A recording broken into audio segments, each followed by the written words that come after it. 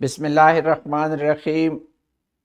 हम dynamic discuss कर रहे हैं और डायनामिक का पोर्शन 2 जो है वो मेनली फोर्सेस और आगे हम न्यूटन लॉस पढ़ेंगे जो फिजिक्स में बिल्कुल जिस तरह सेंट्रल पिलर वाला वो हैसियत वो रखते हैं। कैसी गर्ल्स कुछ कहना चाह रहे हैं, बोले।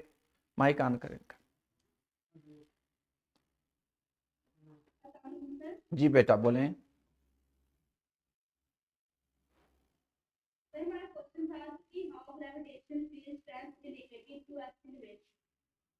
How gravitational field strength. बेटा आप लोगों ने 2 माइक ऑन किए, मसला कर रहा है, एक को ऑफ करें।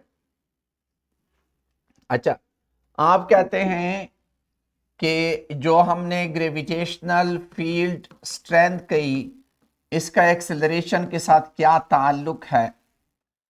ये जब मैं न्यूटन लॉ आपको पढ़ाऊंगा इंशाल्लाह कल परसों, तो आपको पता चल जाएगा कि फोर्स और एक्सेलरेशन का आपस में क्या ताल्लुक है। और वहां पे जब हम दोनों इक्वेशन आपस में इक्वेट करेंगे तो आपको अंदाजा हो जाएगा कि ए और जी कैसा है। इंशाल्लाह कल परसों जब हम लेक्चर लेंगे इस पे, तो आपको इन दोनों चीजों की रिलेशनशिप का पता चल जाएगा। अभी जो बात हम कर रहे हैं,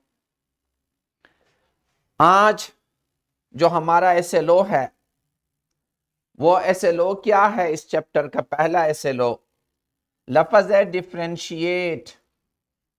डिफरेंशिएट बिटवीन व्हाट, दो किस्म की forces, contact and non contact forces.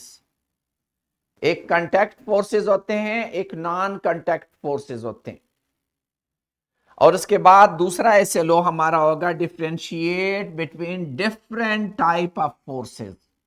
Forces मुख्तलिफ किस्म की है, जिस तरह एक हमने पढ़ ली थी ग्रेविटेशनल फोर्स, फ्रिक्शन भी है, ड्रैग फोर्स भी है, एयर रेजिस्टेंस भी है, टेंशन भी है, इलास्टिक फोर्स भी है, इलेक्ट्रोस्टैटिक फोर्स भी है, मैग्नेटिक फोर्स भी है, थ्रस्ट भी है।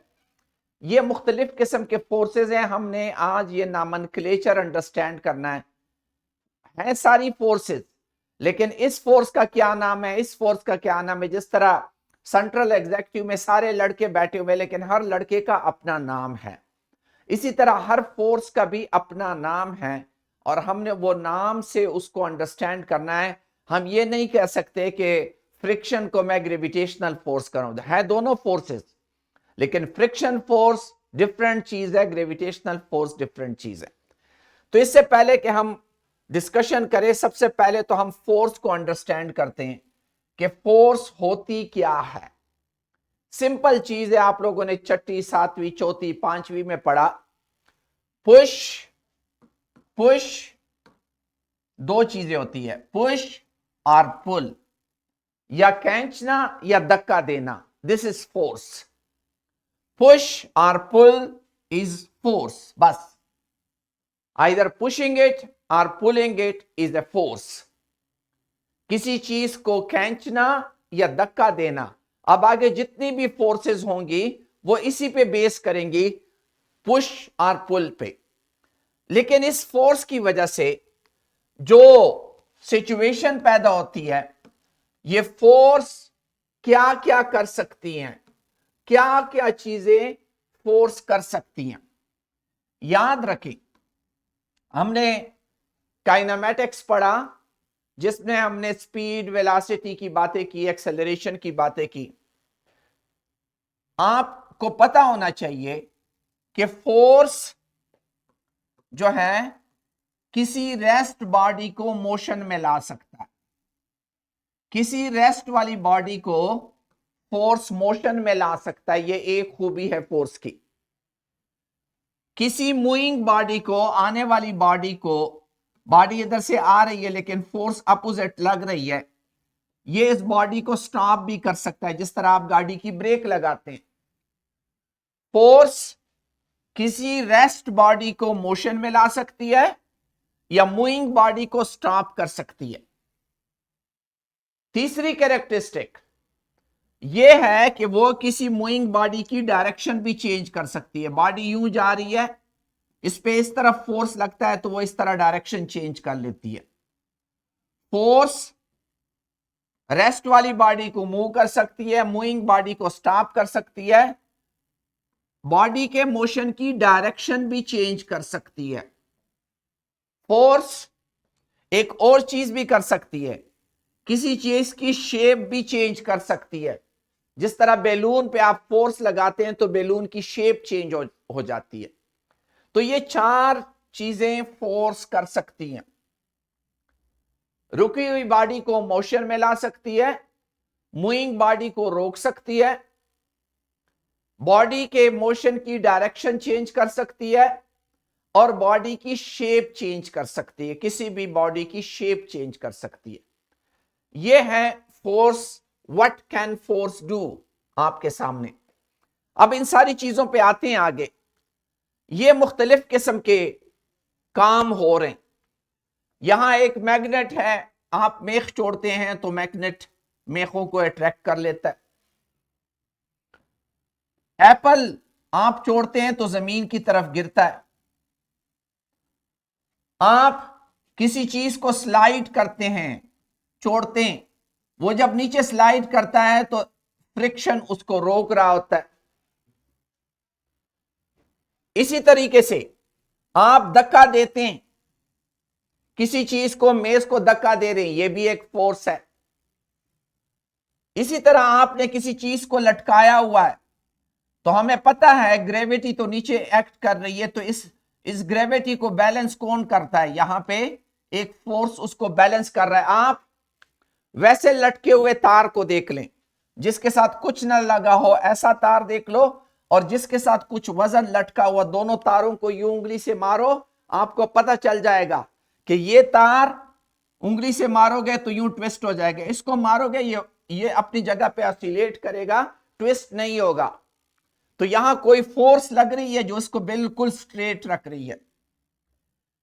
इसी तरह जमीन पे मेज पड़ा हुआ है, नीचे तो वजन लग रही है, इस पे ऊपर भी एक फोर्स लगती है।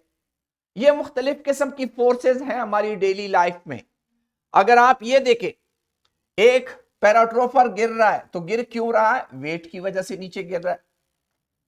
पैराशूट खोलता है तो यहां एक और किस्म की फोर्स आ जाती है। ये मुख्तलिफ फोर्सेस हैं हमारी डेली लाइफ में। जिस तरह ये स्प्रिंग वाला टॉय है, आप जैसे ही दरवाजा खोलता है उसका स्प्रिंग इसको ऊपर उठा देता है। आप स्कीइंग करते हैं, बर्फ पे स्कीइंग करते हैं, तो आपको रोकने के लिए फ्रिक्शन फोर्स होता है। आप किसी रस्सी को खींच रहे हैं, एक तरफ आप खींच रहे हैं, दूसरी तरफ आपके दूसरे दोस्त खींच रहे हैं, तो ये रस्सी के दरमियान भी ये रस्सी बिल्कुल ऐसे खिंची हुई होती है। ये मुख्तलिफ किस्म के फोर्सेस हैं। पानी में किसी चीज को डालते हो, नीचे छोड़ते हो, वो ऊपर आ जाता है। कौन उसको ऊपर लाता है?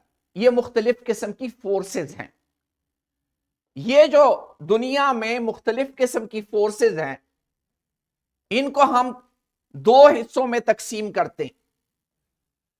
एक किस्म की फोर्स को हम कहते हैं कांटेक्ट फोर्सेस। कांटेक्ट फोर्सेस का मतलब क्या है? ऐसी फोर्सेस जो बॉडीज आपस में टच हो रही हो तो अमल करे। जब बॉडीज आपस में कांटेक्ट में हो तो वो फोर्स अमल करता है, अगर कांटेक्ट में ना हो तो वो फोर्स अमल नहीं करता। ऐसे फोर्सेस को हम कांटेक्ट फोर्सेस कहते हैं। जैसे जब इसको आप चला रहे हैं तो ये बर्फ के साथ कांटेक्ट में है, इस वक्त जो फोर्स है फ्रिक्शन फोर्स, ये एक कांटेक्ट फोर्स है। इसी तरह जब आपने इस गुड़िया के बटन को ऑन किया और स्प्रिंग ने इसको ऊपर उठा दिया तो ये कांटेक्ट फोर्स है। इसी तरह आप वजन को ऊपर उठाते हैं, आपके मसल फोर्स लगा रहा है, ये कांटेक्ट फोर्स है।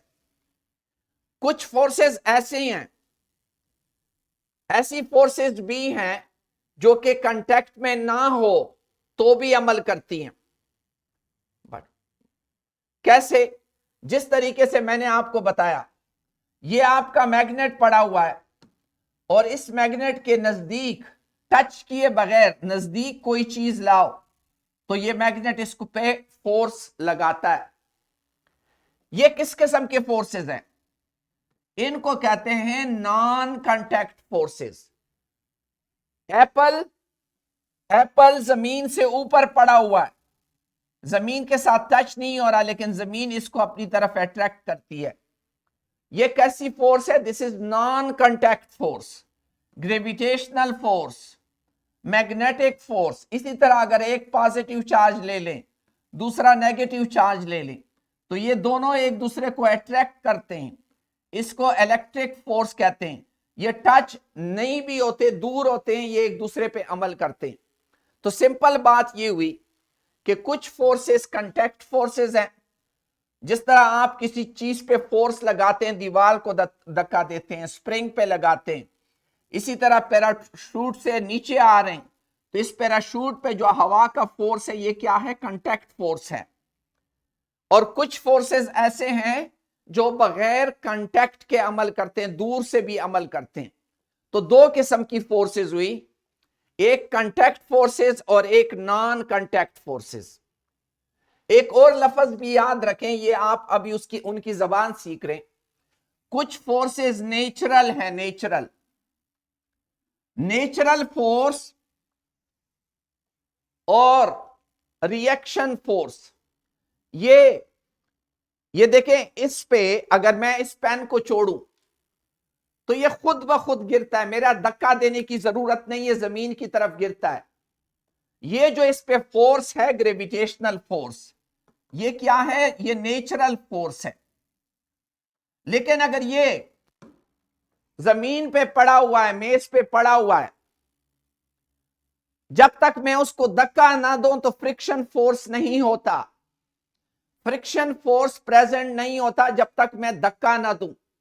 तो फ्रिक्शन फोर्स नेचुरली नहीं होता। कुछ फोर्सेस नेचुरली हैं, कुछ फोर्सेस जब आप फोर्स लगाते हैं तो वो अमल करते हैं। अगर मैं खड़ा हूं, ठीक है, और हवा भी रुकी हुई है, तो मुझ पे हवा का फोर्स इस तरह अमल नहीं करता।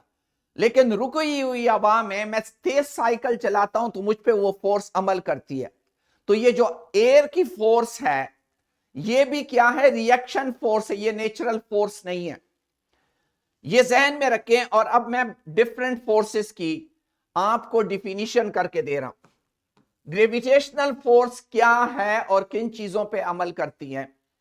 जब भी आपके पास दो मासेस होंगे तो ये एक दूसरे को रिपेल नहीं करते, सिर्फ क्या करते हैं? ग्रेविटेशनल फोर्स में सिर्फ क्या होता है? पुल होता है, पुल यानी अट्रैक्टिव फोर्स होता है। Gravitational force is an attractive force, it is a natural force, it is a non contact force. Gravitational force के लिए कांटेक्ट होना जरूरी नहीं है। मैं छोड़ता हूं, ये नीचे गिरता है, इसको कोई धक्का नहीं देता कि ऊपर चला जाए, ये रिपल्सिव फोर्स नहीं है। Gravitational force is an attractive force and it require masses. जब भी मास होगा, एक मास दूसरे मास को अट्रैक्ट करेगा। एक और लफ्ज सीख लें, बार बार हम आगे बात करेंगे। एक होता है ग्रेविटेशनल फोर्स, एक होता है ग्रेविटी। ग्रेविटेशनल फोर्स और ग्रेविटी में मेन फर्क क्या है? जमीन की तरफ जब कोई चीज अट्रैक्ट होती है, यह भी ग्रेविटेशनल फोर्स है, लेकिन इसको एक खास नाम दे दिया गया है, ग्रेविटी। जमीन के ग्रेविटेशनल फोर्स को जनरली लोग ग्रेविटी कहते हैं, जमीन के ग्रेविटी। बाकी इस तरह मून का भी ग्रेविटेशनल फोर्स होता है, चांद का भी होता है, सूरज का भी होता है, सबका होता है। उसको लोग ग्रेविटी नहीं कहते, उसको जनरल अल्फाज में ग्रेविटेशनल फोर्स कहते हैं। ये दोनों एक ही चीज है, लेकिन gravity is a specific word use for the attractive force of earth. The gravitational force of earth is called gravity, ये याद रखें। अच्छा, एक और चीज जो हमारे डेली लाइफ में बार बार आएगा, आगे हम मुख्तलिफ चैप्टर भी इसके पढ़ेंगे, फ्रिक्शन।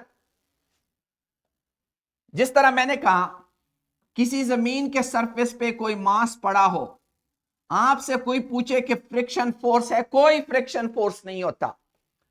फ्रिक्शन फोर्स कब आता है? जब मैं इस पे फोर्स लगाता हूं तो इस फोर्स को अपोज करने के लिए फ्रिक्शन फोर्स आता है। फ्रिक्शन फोर्स किस किस्म का फोर्स है? डिफिनीशन देखे, रेजिस्ट द स्लाइडिंग और rolling of one object over another. ये मेरा हाथ, एक हाथ दूसरे हाथ पे यूं स्लाइड कर रहा है तो इसको कोई रेजिस्ट कर रहा है। ये जो रेजिस्ट कर रहा है, रोक रहा है, मेरे हाथ को दूसरे हाथ पे स्लिप करने से जो फोर्स रोक रहा है, इस स्लाइडिंग को जो रोक रहा है, दैट इज कॉल्ड फ्रिक्शन। इसको इसी तरह आपका पहिया, साइकिल का पहिया जब आगे जाता है तो थोड़ी देर बाद साइकिल रुक जाती है। ये रुकती किस वजह से है? इसको हम रोलिंग फ्रैक्शन कहते हैं। रोलिंग, रोल करते हुए भी रेजिस्टेंस होती है, स्लाइड करते हुए भी रेजिस्टेंस होती है।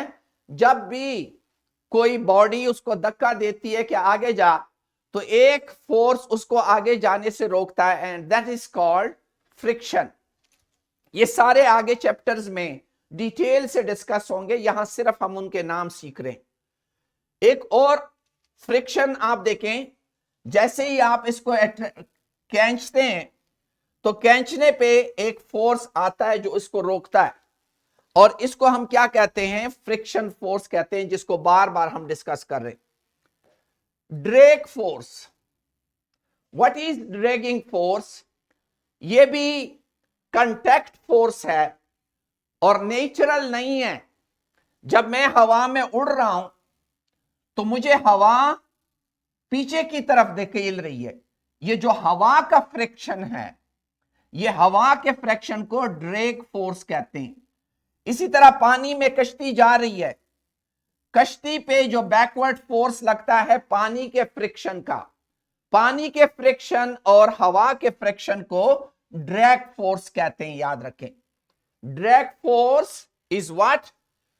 वो फोर्स जो रेजिस्ट करती है मोशन ऑफ एन ऑब्जेक्ट को। जब आप किसी फ्लूइड, फ्लूइड का मतलब है हवा या पानी, हवा या पानी में जब आप जा रहे होते हैं तो उस वक्त जो आपको रोक रही होती है, रेजिस्टेंस दे रही होती है, that is called drag force. एक और नाम सीखे, थ्रस्ट। थ्रस्ट क्या चीज है? ये रॉकेट उड़ेगा तो इसको फोर्स चाहिए, और ये जो रॉकेट उड़ने के लिए आगे इंजन फोर्स लगाता है, इसका नाम थ्रस्ट है। इसी तरह जहाज, जहाज का इंजन जहाज को आगे की तरफ जो फोर्स लगाता है, उसका नाम लोगों ने थ्रस्ट रखा है। कैसे लगाता है ये आगे हम पढ़ेंगे, लेकिन इस फोर्स का नाम क्या है? जो जहाज को आगे की तरफ ले जा रहा होता है उसको थ्रस्ट कहते हैं, और जो हवा इस पे फोर्स लगाती है पीछे की तरफ, उसको ड्रैग कहते हैं, उसको ड्रैग फोर्स कहते हैं। और जो जमीन इसको नीचे अट्रैक्ट करती है उसको हम क्या कहते हैं? वेट कहते हैं या ग्रेविटेशनल फोर्स कहते हैं। आगे हैं, अगर किसी रस्सी को आपने पकड़ा हुआ है, दो दोस्तों ने, एक बंदा इधर अट्रैक्ट कर रहा है, एक बंदा इधर खींच रहा है, तो ये रस्सी जो स्ट्रेच होके इसमें जो टेंशन होती है, जब आप इसको हाथ लगाते सख्त होती है, इसमें जो फोर्स है इसको क्या कहते हैं? टेंशन फोर्स कहते हैं। इसी तरह जो रस्सी लटकी हुई वजन इसके साथ, इसमें जो फोर्स लग रही होती है, इसको हम नाम देते हैं टेंशन। बार बार आगे हम इस टेंशन की बातें करेंगे कि टेंशन क्या चीज होती है, कैसे होती है, कैसे नहीं होती। इसी तरीके से इलास्टिक फोर्स भी एक फोर्स है। जब आप इस रबड़ को खींचते हैं तो इस रबड़ ने वापस आने के लिए जो फोर्स लगाता है, जब आप छोड़ते हैं तो ये वापस आने के लिए फोर्स लगाता है, और इस फोर्स का नाम क्या है? इलास्टिक फोर्स है। आगे हम इसको भी डिस्कस करेंगे। इसी तरह ये आपका स्प्रिंग है, स्प्रिंग को दबाते हो तो ये वापस आने की कोशिश करता है, या स्प्रिंग को खींचते हो तो भी वापस आने की कोशिश करता है। ये दोनों जो हैं, ये कौन सी है? इलास्टिक फोर्स है। इलास्टिक फोर्स क्या होता है? Elastic force is the force that allow material to return to their original shape after being stretched और कंप्रेस्ड। आपने कंप्रेस किया है या स्ट्रेच किया है, वो फोर्स जो इसको ओरिजिनल हालत में वापस लाती है, इसको हम क्या नाम देते हैं? इलास्टिक फोर्स का नाम देते हैं। इसी तरीके से एक और फोर्स है, बचपन में आपने खेला होगा, बैलून को थोड़ा सा रब करो, बालों के नजदीक ले जाओ तो बाल को अट्रैक्ट कर लेता है। ये होता क्यों है? जिस तरह आप लोगों ने केमिस्ट्री में इलेक्ट्रॉन और प्रोटॉन पढ़े हैं, ये पॉजिटिव और नेगेटिव चार्जेस जब अपोजिट चार्ज होते हैं तो एक दूसरे को अट्रैक्ट करते हैं, जब सिमिलर चार्जेस होते हैं तो वो एक दूसरे को रिपेल करते हैं। ये फोर्स क्या फोर्स कहलाती है? इलेक्ट्रोस्टैटिक फोर्स कहलाती है। याद रखिए, बाकी जो ग्रेविटेशनल फोर्स है, क्या ग्रेविटेशनल फोर्स में एक ऑब्जेक्ट दूसरे ऑब्जेक्ट को धक्का दे सकता है? नहीं। ग्रेविटेशनल फोर्स हमेशा अट्रैक्टिव होती है। नेचुरल फोर्स है, अट्रैक्टिव है। इलेक्ट्रोस्टैटिक फोर्स भी नेचुरल है, नॉन कांटेक्ट है। ये कांटेक्ट फोर्स नहीं है, नॉन कांटेक्ट है। नेचुरल है, नॉन कांटेक्ट है, लेकिन इसकी एक खूबी और भी है कि ये अट्रैक्टिव भी हो सकती है और ये रिपल्सिव भी हो सकती है। इसी तरीके से एक और फोर्स है, मैग्नेटिक फोर्स। जिस तरह एक मैग्नेटिस दूसरे मैग्नेटिस को धक्का भी दे सकता है और अट्रैक्ट भी कर सकता है, तो ये भी नेचुरल फोर्स है, नॉन कांटेक्ट है। जरूरी नहीं है कि टच होंगे तो ये फोर्स लगाएगा, दूर से भी फोर्स लगा सकता है, नॉन कांटेक्ट है। मैग्नेटिक फोर्स भी नॉन कांटेक्ट है, नेचुरल फोर्स भी है, और इसमें दोनों खूबियां हैं, अट्रैक्टिव भी है और रिपल्सिव भी है। दोनों खूबियां हैं, अट्रैक्टिव एंड रिपल्सिव। अगर नॉर्थ और साउथ पोल है तो वो अट्रैक्ट करते हैं, नॉर्थ पोल है तो वो रिपेल करते हैं। इसी तरह अगर साउथ पोल है, अगर साउथ पोल,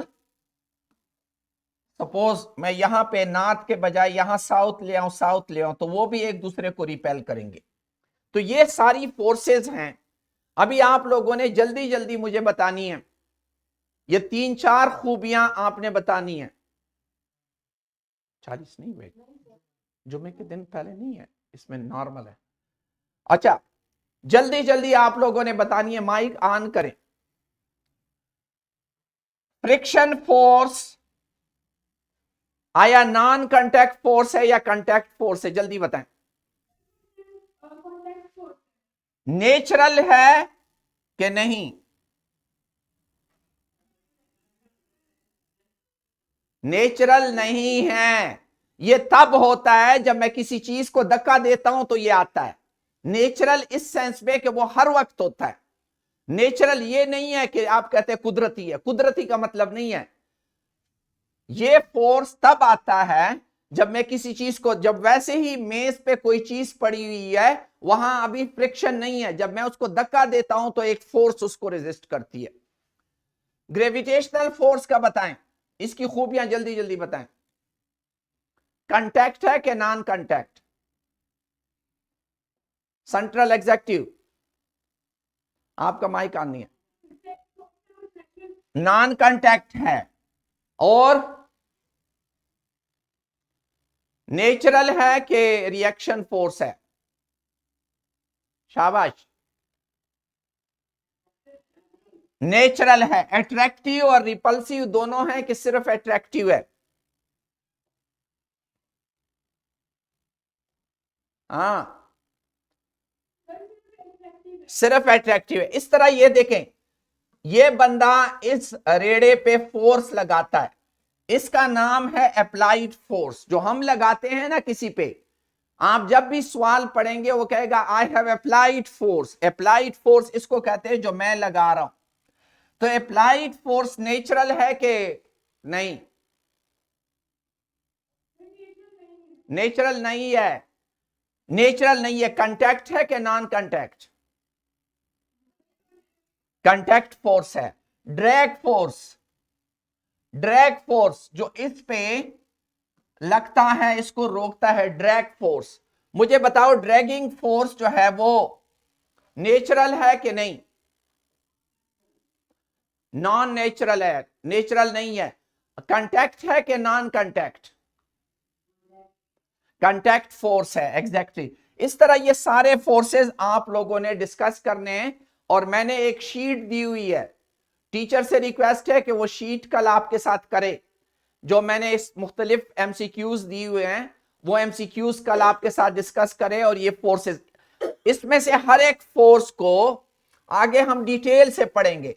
अप्लाइड फोर्स पढ़ेंगे न्यूटन लॉज में कल परसों, ड्रैगिंग फोर्स या एयर रेजिस्टेंस आगे पढ़ेंगे, ग्रेविटेशनल फोर्स भी पढ़ेंगे, मैग्नेटिक फोर्स भी पढ़ेंगे, इलास्टिक फोर्स भी पढ़ेंगे, टेंशन भी पढ़ेंगे।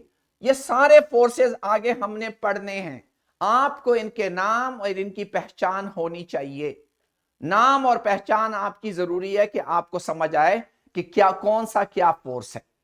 जी हाँ, किसी का कोई भी क्वेश्चन हो? शाबाश बेटा, एनी क्वेश्चन? हमने एसएलओ को गौर से देखें, मुझे बताएं कि आया एसएलओ की समझ आपको आ गई है कि नहीं। हमने क्या कवर करना था एसएलओ में? अपने एसएलओ को गौर से देख लें। हमारा एसएलओ था differentiate between contact and non contact force, differentiate between contact and non contact force.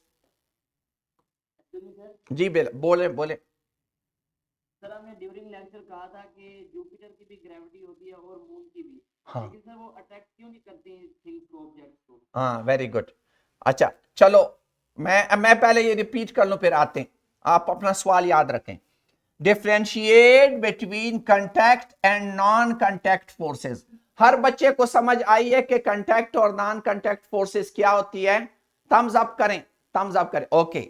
Secondly, differentiate between different type of forces, जैसे कि gravitational force, friction, drag, air resistance, tension, thrust, magnetic force और electrostatic force. इन सब के नाम आ गए हैं आपको? सबको नाम आए हैं? शाबाश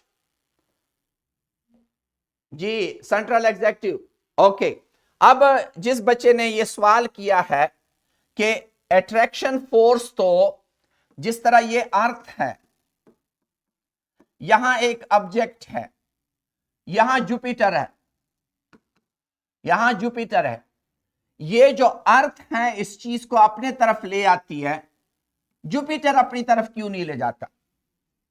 वेरी इंटरेस्टिंग।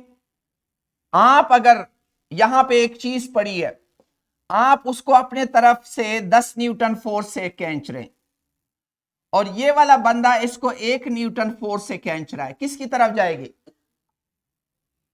शाबाश, जिसने क्वेश्चन किया वो बताएं। जिसने क्वेश्चन किया था कैसी गर्ल्स, हाँ, ये बॉडी किधर जाएगी? कैसी गर्ल्स, माइक अनम्यूट करें जी।